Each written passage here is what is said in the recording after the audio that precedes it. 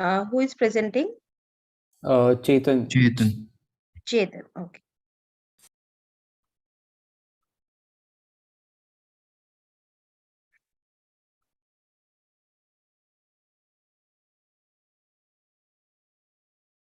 Yeah, Chetan, you can. Is the presentation visible? Yeah, it is. Yes. I think it is. much visible. Okay. All right. Honorable members of Parliament, it is my privilege to stand before you today to present the demands of the Ministry of Education. As you know, the education system has received its highest ever allocation of rupees 1.12 lakh crore in the Union Budget of 23-24. And it is our responsibility to make the most of this opportunity to improve the quality of education in India and take it to new heights. To begin with, we demand the implementation of a STEM-based curriculum.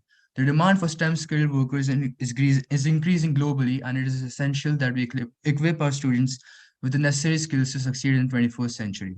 By incorporating a STEM curriculum, we aim to increase the students' critical thinking, problem solving, and innovation skills, which help them not only in their future classes, but also in their day-to-day life. I'd like Chetan to present the points furthermore and elaborate on them. So, as per the current times, India has to focus on mathematics, science, and technology, which is a major part of today's world. By incorporating these subjects in our curriculum heavily, it can instill problem solving and critical thinking in our students, which can help them in their future careers and make their lives easy and maintain their level of thinking. And we can do this by giving them resources, access to resources, research resources, funds, and facilities. Thus, we demand 25,000 crore for implementing a STEM-based curriculum for the Parliament. Now, moving on, another major demand is the improvement of the quality of education. India has a vast talent pool, but lack of quality education has hindered their potential. We aim to bridge this gap by incorporating modern teaching methods, up-to-date curriculum, and teaching teachers to be equipped with the latest teaching skills. To ensure that students receive the best quality education, we will also be setting up a quality assurance and accreditation mechanism. Now, Chetan would furthermore elaborate on this. As Sridhar said, we can do this by collaborating between several colleges, universities, and industries critical for ensuring that students are equipped with such skills. These can be done by internships, co-op programs, and research partnerships. Also, providing teachers with access to professional development opportunities, as well as other teaching techniques and technologies, can result in a better improvement in quality of education. Thus, we demand 20,000 crore for improving the quality of education in India. Moving on, along with quality of education, vocational training is also very crucial. A lot of students drop out of schools due to the lack of job opportunities. But with vocational training, we can provide them with skills to secure a job and help them lead a self-sufficient life. Chetan, can you please expand?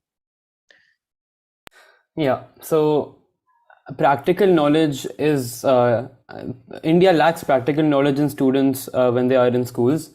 Students aren't able to apply whatever they've learned in textbooks and actually apply them in real lives, which results into wastage of all the bookish knowledge that they've gained. So, to contribute to the development of a workforce that is ready for the challenges of the 21st century, it is important for the students to be exposed to practical knowledge and hands-on experience. And also, it is crucial to promote an entrepreneurial and innovative culture.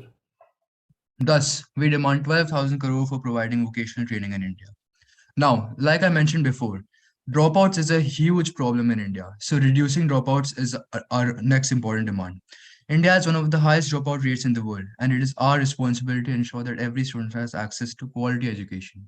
To reduce dropouts, we'll be providing financial assistance to students from economically weaker sections, setting up hostels for students who live in remote areas, and incorporating a flexible education system. Karthik, can you please broaden and expand what I've just mentioned? Sure. Only 1 minute is left. All right. Okay. So, as Srirang mentioned about the high dropout rates of India, we certainly have seen an improvement in dropout rates from 4.7% in the previous years to around 1.5% right now in India. But due to COVID, a lot of schools were shut down, as we all know, and online education was pursued greatly. And so at that point, we saw nearly 100% increase of double in a Yeah, dropout. you're right, Kartikeya. So Okay. thus we demand 25,000 crore for reducing dropouts in India. Now moving on to our last point. Improving infrastructure is another crucial demand. The current infrastructure in many schools and colleges is inadequate, and this affects the quality of education. We will be investing in the development of state-of-art infrastructure and equipping schools and colleges with modern technology to enhance the learning experience of students. Chetan, can you please elaborate? We'll be including digital libraries, Yeah. and like the current government has already done, and I think this is a great idea to help students in remote areas to access education. We'll also be collaborating with foreign universities to improve the quality of education in India and make India compete with foreign universities. So our IITs, VITs, NITs will be competing with all the MITs and Harvards of the world. And so, like we have mentioned, India has allocated 1.12 lakh crore for Thank education. you. Your time Thank is you. over. Thank Thank you. you. Education is the movement from darkness to light. Education is the mother of leadership. With this, I would like to call upon the team of opposition to kindly ask the questions. Shravya? Yes, my team member Hasnur will start. Hasnur?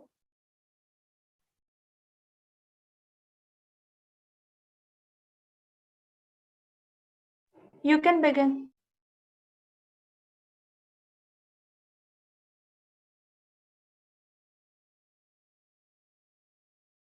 Hasnur, would you like to take it from here?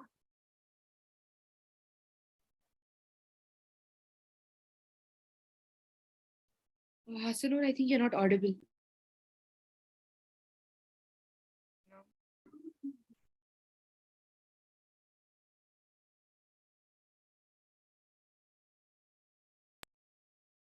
Please ask questions. Anjana? Okay. So, according to the survey done by the National Assessment and Accreditation Council in June 2010, less than 25% of the total higher education institutions in the country were accredited. We are aspiring to be a global leader in education. So we need adequate, established, and accredited institutions to attract foreign students. And among those accredited, only a few universities and colleges were of quality to be ranked at A level. How will more educational institutions reach the top level? Right. So you mentioned that India is lacking in attracting foreign students and being able to compete with foreign universities, right? So that is one of the key problems that we'll also be focusing on, and we've allocated budget of 25,000 crore for that itself, because we are seeing mass migration of quality students in India and who are going to other colleges in US, UK, and Canada. So we'll be improving the quality of education, improving the infrastructure of Indian colleges, and also improving the research and the development of these colleges so that we can improve on what we've already built on in previous, the foundation on what we've built on, and then we can actually enable these students to reach their full potential, which they can't do right now. Thank you. That answers my question. Over to you, Shravya. Okay, so you mentioned that you will be implementing a STEM-based curriculum throughout India, but doesn't this leave out essential training in life skills like social skills, survival skills, road rules, etc.? Why is Yeah, there no budget for introducing such topics in the school curriculum? So what you just mentioned comes under vocational training itself, and we've already allocated that much, and I'd like Karthikeya to broaden on what I'm just going to say. Yes. So as you mentioned, that a STEM-based curriculum might hinder the other aspects of education that you mentioned, social skills and other streams also, like the humanities, social sciences, etc. So what we really wanted to emphasize was on improving the quality of STEM-based education in India rather than only focusing on STEM-based education. So we are rather not trying to force STEM-based education in India, but rather trying to improve the quality of STEM-based education in India, because in the 21st century, it is the need of the hour in India, especially because we have such a large workforce. And so mobilizing that workforce is really important. Okay, well, so you you seem to be focusing on vocational training and skills, but isn't this is like very job oriented? What about co-curriculars like fine arts and sports? These are still treated like hobbies in schools rather than streams. So how will you ensure that careers in such streams are encouraged? Careers in such streams, what you're saying, humanities and arts, all of that, is not really taken as a hobby. It's more of more of an extracurricular in school. In your personal experiences, you can take it as a hobby. But so what we've tried to say that again, the vocational thinking part is to promote an entrepreneurial and innovative culture, not only STEM based, and we're not degrading the quality of degrading the quality of education you get in terms of liberal arts or other humanities. We never said that. We said increasing the amount of funds that is put into STEM education and improve the quality of STEM education. Again, repeating what my partner Karthikeya said. Right, and also like adding on to him, so improving the quality of STEM is required because moving into the 21st century, technology is the key factor in a country's success. So we need to improve our quality of education in STEM related fields so that India can compete with other superpowers and India can itself become a superpower. With that being said, arts and humanities are crucial as well, and those also.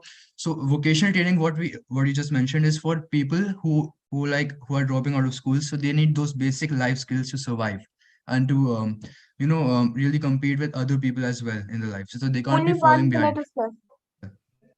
All right, next question. So you said technology is a key factor.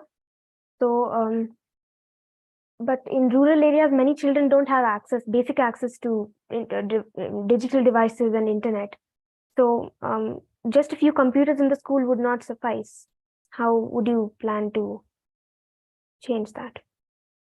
That comes under the improving infrastructure. We've tried to allocate a budget of 40,000 crore for improving infrastructure, which includes rural areas and other areas where where children are not being, where computers and other systems are not available to children that easily. That part is covered in improving infrastructure. And what you said, Well, your time is over. Thank you for your presentation. Now, moving forward, we are living on this planet as if we had another one to go. Try to leave the earth a better